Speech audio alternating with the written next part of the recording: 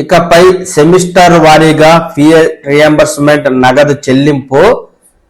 మంత్రి నారా లోకేష్ కీలక ప్రకటన.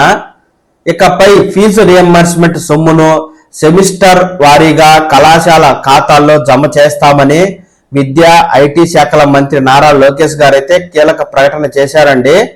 గత ప్రభుత్వ హయాంలో ఉన్న 4,000 కోట్ల బకాయిలను కూడా రాష్ట్రం ఆర్థికంగా కుదుట పడ్డాక విడతల వారీగా చెల్లిస్తామని కళాశాలలకు హామీ అయితే ఇచ్చారు. ఈ మేరకు అంతర్జాతీయ స్థాయి ఖ్యాతి దక్కేలా విద్యార్థులను కృషి చేయాలని పిలుపునిచ్చారు.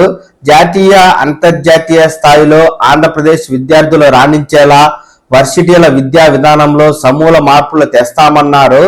ప్రభుత్వంతో పాటు ప్రైవేట్ ఇంజనీరింగ్ విద్యను కూడా సమాంతరంగా అభివృద్ధి చేసి మెరుగైన ఉద్యోగ అవకాశాలు కల్పిస్తామని, రేణిగుంట కడపలో ఎలక్ట్రానిక్ క్లస్టర్లు ఏర్పాటు చేశామని, కొత్త పరిశ్రమలు తీసుకొచ్చేందుకు శ్రమిస్తున్నామని పేర్కొన్నారు.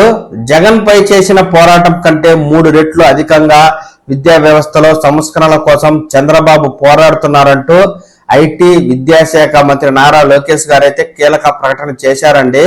దీంతో ఇకపై విద్యార్థులకు సెమిస్టర్ వారీగా కళాశాల ఫీజు అయితే కళాశాలల ఖాతాలోనే జమ చేసే విధంగా ఆంధ్రప్రదేశ్ ప్రభుత్వం కీలక నిర్ణయం తీసుకుని ఈ మేరకు సెమిస్టర్ వారీగా ఫీజు రియంబర్స్మెంట్ చెల్లింపులకు సిద్ధమైంది.